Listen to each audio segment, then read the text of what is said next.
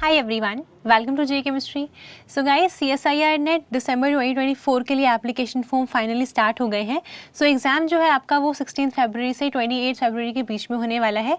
सो बाकी सारी डिटेल्स जो हैं वो हम देखने वाले हैं अभी इस वीडियो में।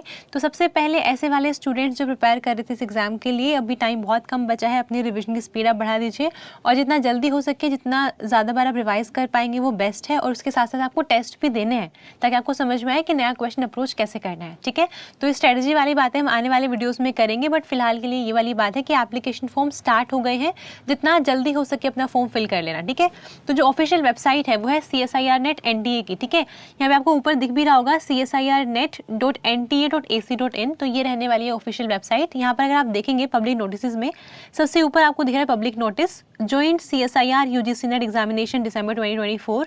इस पर आप क्लिक करेंगे। जैसे आप क्लिक करते हैं आपके सामने ये एक पब्लिक नोटिस ओपन होता है और यहाँ पर जो मेन डेट्स हैं वो आपको बताई गई हैं। जैसे फॉर एग्जांपल सबसे पहले यहाँ पे लिखा गया है submission of online application form.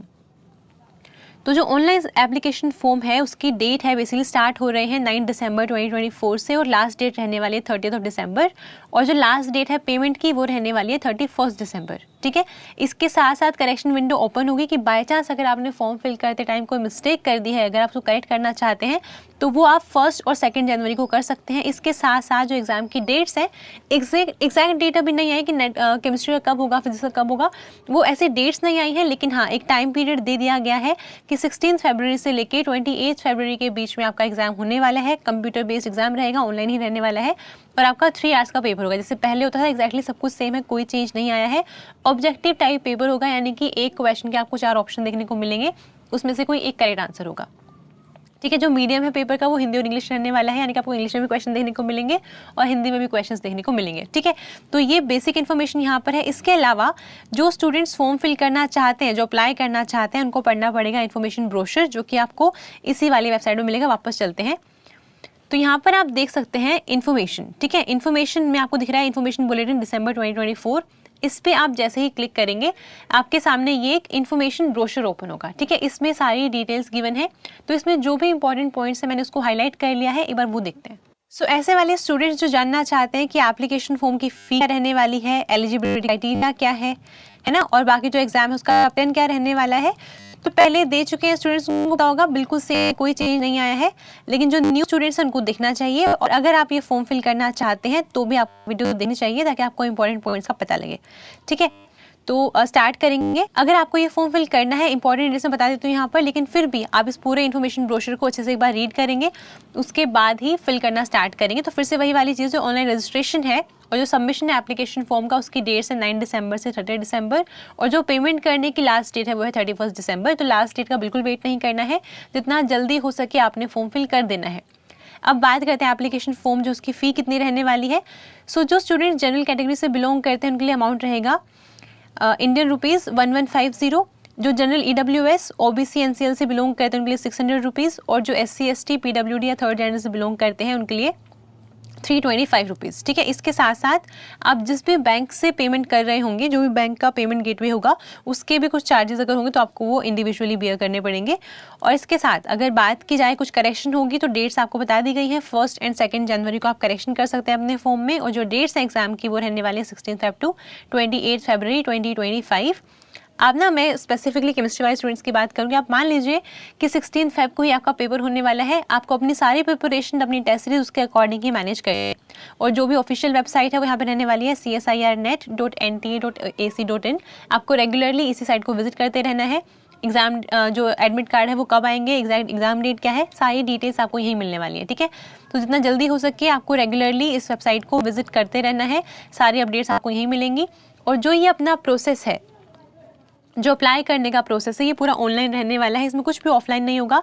सो आपको ऑनलाइन ही पेमेंट करनी है, ऑनलाइन ही एप्लीकेशन फॉर्म फिल करना है, ऑनलाइन ही आपका एडमिट कार्ड आएगा। ठीक है, तो यहाँ पर इन्होंने वही बताया कि जो NTA की ऑफिशियल वेबसाइट है वो ये वाली है, आपको यही फॉर्म फिल करना है, और एक जो कैंडिडेट है वो एक ही एप्लीकेशन फॉर्म फिल करेगा, उससे ज़्यादा फिल नहीं करेंगे, आपके रिजेक्ट हो जाएंगे सारे फॉर्म्स।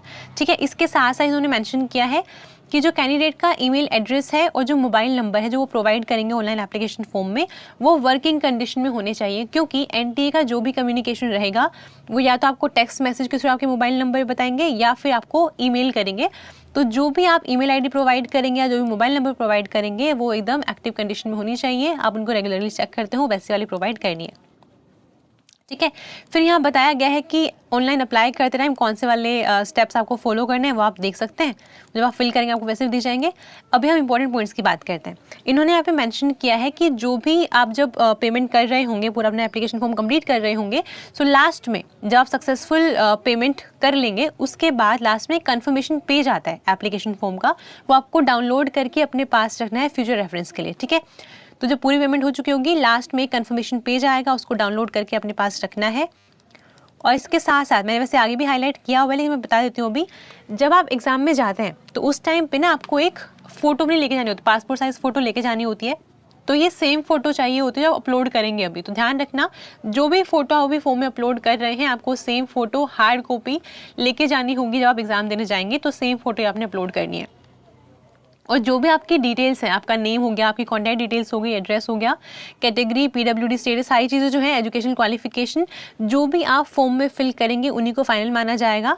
अगर मान लीजिए करेक्शन विंडो भी चली गई, उसके बाद आपने जो भी उसमें डिटेल्स डाली हुई हैं उन्हीं को फाइनल माना जाएगा, तो उसको बहुत ध्यान से देखना है। फिर वही सारी डिटेल्स, आपका जो सर्टिफिकेट आएगा ना, मान लीजिए आप क्वालिफाई कर जाते हैं तो जो सर्टिफिकेट आएगा उसमें भी सारी सेम डिटेल्स ही मेंशन होंगी, उनको फर्दर चेंज नहीं किया जाएगा। इसलिए अपना एप्लीकेशन फॉर्म बहुत ध्यान से आपको फिल करना है, ठीक है। तो यहाँ पे इन्होंने मेंशन किया candidates are advised to visit the NTA website and check their emails regularly for the latest updates. So latest updates के लिए आपको अपनी ईमेल चेक करते रहना है और साथ साथ एनटीए के ऑफिशियल वेबसाइट को भी विजिट करते रहना है, सारी इन्फॉर्मेशन आपको वहीं मिलेगी, ठीक है।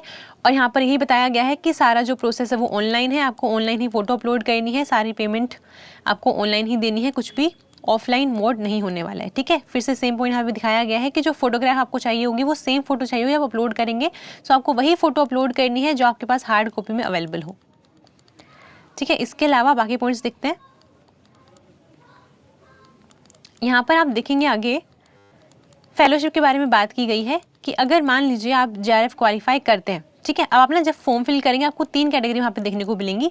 या तो आप अप्लाई कर सकते हैं जेआरएफ वाली कैटेगरी के लिए, ठीक है। अगर आप जेआरएफ वाली कैटेगरी के लिए अप्लाई करते हैं और आपकी एज लिमिट जो है जो मेंशन है, अगर आप एज लिमिट में भी आते हैं, ठीक है, फिर तो आप जेआरएफ आपको मिल जाएगा, साथ में आपका एलएस भी क्वालिफाई हो जाएगा। मतलब आप जेआरएफ से पीएचडी तो कर ही सकते हैं, साथ साथ आपको एलएस यानी कि आप असिस्टेंट प्रोफेसर के लिए भी एलिजिबल हो जाएंगे और साथ में आप पीएचडी भी कर सकते हैं किसी यूनिवर्सिटी से, ठीक है। एक कैटेगरी होगी जिसमें सिर्फ आप एलएस के लिए एलिजिबल होंगे और साथ में आप पीएचडी भी कर सकते हैं किसी कैटेगरी किसी यूनिवर्सिटी से। एक थर्ड कैटेगरी है जिसमें आप एलएस और जेआरएफ के लिए एलिजिबल नहीं हैं लेकिन आप किसी यूनिवर्सिटी से पीएचडी कर सकते हैं, ठीक है। वो कैटेगरी है एडमिशन टू पीएचडी ओनली। तो इस वाले केस में आपको जेआरएफ नहीं मिलेगा लेकिन आप किसी यूनिवर्सिटी से पीएचडी कर सकते हैं, ठीक है। ये वाली चीज़ है। और यहाँ पर बस वही कैटेगरी को वापस एक्सप्लेन किया गया है। अगर आपके पास award of JRF and appointment as assistant professor है तो यहाँ पर आप जेआरएफ के लिए तो एलिजिबल हैं ही, साथ में आप असिस्टेंट प्रोफेसर के लिए भी हैं और किसी सेंट्रल यूनिवर्सिटी से आप पीएचडी भी कर सकते हैं, ठीक है। ये सारी बातें बताई गई हैं। बस ये वाली चीज़ है कि जो भी जेआरएफ क्वालिफाइड कैंडिडेट्स होंगे उनको are admitted into the PhD programme based on an interview as per the UGC regulations 2022। देखिए जिनका जेआरएफ क्वालिफाई होगा, आप जिस भी इंस्टीट्यूट में, चाहे वो आईआईटीज हो चाहे कोई सेंट्रल यूनिवर्सिटी, आप जिस भी इंस्टीट्यूट में अप्लाई करेंगे तो वहाँ पर आपका पहले इंटरव्यू लिया जाएगा, उसके बाद आपका एडमिशन हो जाएगा, ठीक है। जो कैटेगरी 2 या कैटेगरी 3 वाले स्टूडेंट्स हैं यानी कि जिनका नेट क्वालिफाई हो गया, जो पीएचडी के लिए भी एलिजिबल हैं और साथ में जिनका सिर्फ एडमिशन टू पीएचडी ओनली वाला क्वालिफाई हुआ है, वो वाली कट ऑफ क्वालिफाई हुई है, तो फिर जो है वो बेसिकली आपके पास ये राइट हो जाएगा कि बहुत सारी यूनिवर्सिटीज़ पहले क्या करती थी, वो अपना एक एंट्रेंस टेस्ट लेती थी पीएचडी के लिए।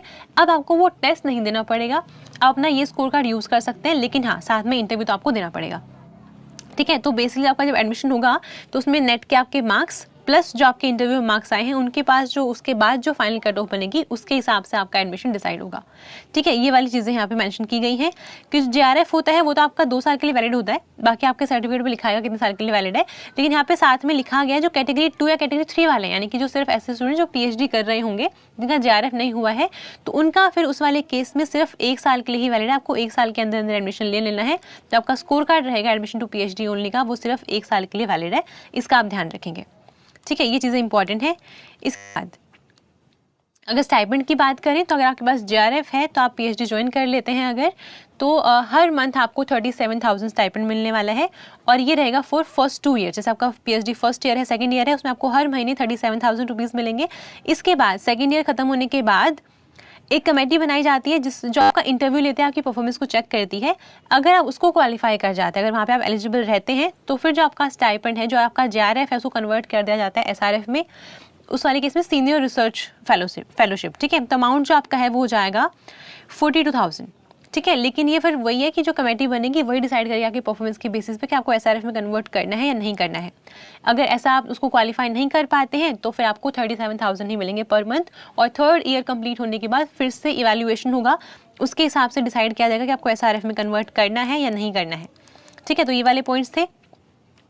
इसके बाद थोड़ा सा आगे देखते हैं। आगे आप देख पाएंगे एलिजिबिलिटी क्राइटेरिया कि अगर एजुकेशनल क्वालिफिकेशन की बात करें, सो ऐसे वाले स्टूडेंट्स जो जनरल EWS कैंडिडेट्स जो हैं, उनके कम से कम MSc में एटलीस्ट 55% मार्क्स होने चाहिए, ठीक है। MSc में कम से कम 55% विदाउट राउंडिंग ऑफ। अगर किसी के 54.6 हैं तो आप एलिजिबल नहीं हैं, आपको कम से कम 55% मार्क्स चाहिए ही राउंड ऑफ किए बिना। और ऐसे वाले स्टूडेंट्स जो OBC या फिर SC/ST से बिलोंग करते हैं, PWD से बिलोंग करते हैं, तो फिर आपके लिए एटलीस्ट 50% मार्क्स होने चाहिए मास्टर्स डिग्री में विदाउट राउंडिंग ऑफ, ठीक है। फिर अगर बात करें एजुकेशनल क्वालिफिकेशन की, तो अगर आपके पास MSc की डिग्री है या फिर आपने MSc में एडमिशन लिया है, फर्स्ट सेमेस्टर में है, सेकंड सेमेस्टर में है, या फाइनल ईयर में है, या आपकी MSc कंप्लीट हो चुकी है, तो उस वाले केस में आप एलिजिबल हैं इस वाले एग्जाम के लिए। तो जिनकी MSc कंप्लीट हो चुकी है वो तो जैसे अपना एग्जाम क्वालिफाई करेंगे, सर्टिफिकेट मिलेगा, उसको डायरेक्टली यूज़ कर सकते हैं।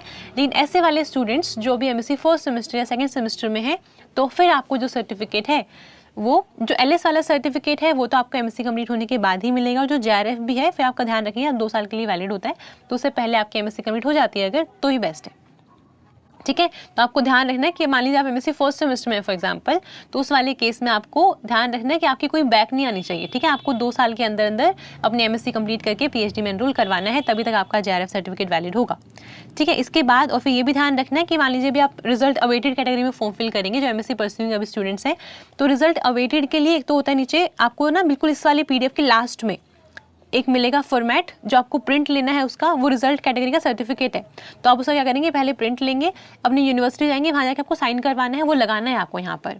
और इसके साथ साथ आपका ध्यान रखना है, अगर आप जैसे मान लीजिए आप जनरल कैटेगरी से बिलोंग करते हैं, तो जब आपकी MSc कंप्लीट होगी आपके पास एटलीस्ट 55% मार्क्स होने चाहिए, तभी आपको सर्टिफिकेट मिलेगा, अदरवाइज नहीं मिलेगा। तो इसका भी आपको ध्यान रखना है। और ऐसे वाले स्टूडेंट्स जो PhD ओनली कैटेगरी में अप्लाई करेंगे, क्वालिफाई करेंगे, उनके पास सिर्फ 1 साल का टाइम है अपनी MSc कंप्लीट करके उस स्कोर कार्ड को यूज़ करने का, तो इनका आप ध्यान रखेंगे, ठीक है। इसके अलावा बाकी जो पॉइंट्स हैं, वैसे आप ये सारे पॉइंट्स गो थ्रू करेंगे फॉर्म फिल करने से पहले। जो इंपॉर्टेंट पॉइंट्स है वो मैंने आपको बता दिए। जैसे यहाँ पे अगर एज लिमिट की बात करते हैं, सो JRF के लिए लिखा हुआ है नॉट मोर देन 30 ईयर्स। और काउंट कब करना है, देखो एग्जाम आपका फेब में होने वाला है 2025 में, सो 1 फेब 2025 को आपकी एज 30 ईयर्स से ज़्यादा नहीं होनी चाहिए। अगर ज़्यादा होगी तो फिर आप एलिजिबल नहीं हैं। और बाकी जो OBC, SC/ST या PWD कैंडिडेट्स हैं, या फिर वुमेन कैंडिडेट्स भी हैं अगर, तो उनके लिए 5 ईयर्स का रिलैक्सेशन आएंगे, 30 + 5 35 ईयर्स तक की उनके पास एज लिमिट है, ठीक है। और ऐसे वाले कैंडिडेट जिनके पास रिसर्च एक्सपीरियंस है, उनको भी एज में रिलैक्सेशन मिलेगा। उसकी कंडीशन जो है वो पूरा पैराग्राफ ये पढ़ लेंगे, उसके बाद आप डिसाइड करेंगे, ठीक है। इसके बाद आगे देखते हैं। और जो असिस्टेंट प्रोफेसर यानी कि जो LS है या फिर PhD एडमिशन टू PhD है, उसके लिए कोई भी एज लिमिट नहीं है, आप किसी भी एज में इसके लिए अप्लाई कर सकते हैं, एलिजिबल होंगे। फिर अगर हम बात करते हैं कि मोड ऑफ एग्जामिनेशन क्या होगा, ऑनलाइन एग्जाम होने वाला है, ठीक है। MSQ टाइप क्वेश्चन आएंगे आपके, एक क्वेश्चन होगा, 4 ऑप्शन होंगे, कोई एक ठीक होगा। और जैसे पहले होता है बिल्कुल सेम ही। अगर केमिस्ट्री की बात करते हैं स्पेसिफिकली, पार्ट A में 20 क्वेश्चन आएंगे, एप्टीट्यूड सेक्शन होगा, 15 करने होंगे आपको। ऐसे पार्ट B में 40 क्वेश्चन आएंगे, 35 करने होंगे। पार्ट C में 60 क्वेश्चन आएंगे, 25 करने होंगे। इससे ज़्यादा आप अटेम्प्ट नहीं कर सकते हैं, ठीक है। और जो पार्ट A और पार्ट B है उनमें 0.5 की नेगेटिव मार्किंग है, गलत होता है क्वेश्चन तो। और पार्ट C में 1 मार्क्स की आपकी नेगेटिव मार्किंग रहने वाली है, ठीक है। इसके बाद हम आगे देख लेते हैं। आपका 3 आवर्स यानी कि 180 मिनट्स का एग्जाम रहने वाला है।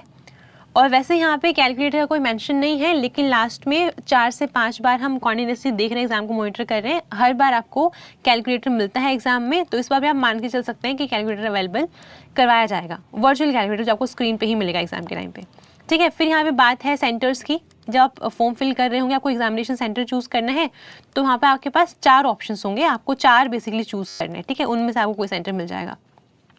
और जो मीडियम ऑफ एग्जामिनेशन है वो बाइलिंगुअल रहता है, यानी कि हिंदी में भी क्वेश्चन होगा, इंग्लिश में भी होगा। अगर कुछ ऐसा होता है कई बार कि हिंदी में कोई स्टेटमेंट कुछ चेंज कर रखी है, कोई वैल्यू कुछ डिफरेंट दे रखी है, इंग्लिश में डिफरेंट दे रखी है, तो फिर इंग्लिश वाले वर्जन को ही फाइनल ट्रीट किया जाएगा। अगर सब्जेक्ट कोड की बात करें केमिकल साइंसेज के लिए 701 आपका सब्जेक्ट कोड है। हो सकता है एप्लीकेशन फॉर्म फिल कर देना है, आपको नीड पड़े, तो केमिकल साइंसेज के लिए 701 है। और सिलेबस जो है वैसे आपको पता ही होगा, आपको नहीं पता है तो फिर ये वाला लिंक दिया गया है www.csirhdg.res.in, इस पर जाके आप सिलेबस अपना चेक कर सकते हैं। ठीक है, इसके अलावा यहाँ पे सेंटर्स की बात है आगे कि आप 4 सेंटर चूज कर पाएंगे और कोशिश पूरी रहेगी एनटी की आपको जो 4 चूज किए हैं उनमें से कोई ना कोई सेंटर मिले। ठीक है, और लास्ट में यहाँ पे एग्जामिनेशन सेंटर्स के लिए लिस्ट भी नीचे दे रखी है, वो भी आप जाके देख सकते हैं। तो जितने इंपॉर्टेंट पॉइंट्स थे मुझे लग रहा है मैंने आपको ऑलरेडी बता दिए हैं। इसके अलावा अगर आप ये फॉर्म फिल करना चाहते हैं, आप प्रिपरेशन कर रहे हैं, तो एक बार गो थ्रू कर लेना पूरा ही पीडीएफ। ठीक है, उसके बाद आपको अप्लाई करना स्टार्ट करना है। तो अभी वही मेंशन किया गया कि सीधी आपने एक बार चूज कर ली है अगर, तो फिर उसको चेंज नहीं किया जा सकता है। ठीक है, सारी इंपॉर्टेंट इन्फॉर्मेशन हमने देख ली है ऑलरेडी। बस आप एक काम करेंगे, अगर आपको फॉर्म फिल करना है तो सारे ब्रोशर को वापस से गो थ्रू करेंगे, उसके बाद एप्लीकेशन फॉर्म फिल करना स्टार्ट करेंगे। एक और चीज़ है, कई बार हम फॉर्म फिल करते करते कोई भी डिटेल्स गलत डाल देते हैं और वेट करते हैं करेक्शन विंडो का। तो आपको ऐसा नहीं करना है, बहुत ध्यान से अपना एप्लीकेशन फॉर्म फिल करना है। और जब आप पेमेंट कर चुके होंगे उसके बाद एक कंफर्मेशन पेज आएगा, उसको डाउनलोड कर लेना है। ठीक है, और फोटो अपलोड करते हैं ध्यान रखिए, आपको वही फोटो लेके भी जाना एग्जाम वाले दिन, तो आप वही वाली फोटो अपलोड करना जिसकी हार्ड कॉपी आपके पास अवेलेबल हो। ठीक है, आई होप ये वाली वीडियो आपके लिए हेल्पफुल रही होगी। अभी जो भी स्टूडेंट्स प्रिपेयर कर रहे हैं एकदम अच्छे से रिविजन करनी है, प्रॉपर अपना टाइम टेबल बनाइए, पढ़ने बैठिए, दिन में जितना मैक्सिमम पढ़ सकते हैं उतना पढ़ना है आपको। ठीक है, और बहुत ज़रूरी है कि आप रिवीजन बहुत बार करें और साथ में आपको टेस्ट सीरीज भी देनी है, ताकि आपको समझ में आए जब नया क्वेश्चन आता है तो आपका माइंड कैसे वर्क करता है, आपको नए क्वेश्चन के लिए अप्रोच आनी चाहिए। ठीक है, अभी के लिए सिर्फ इतना ही, नेक्स्ट वीडियो में मिलते हैं। Happy learning.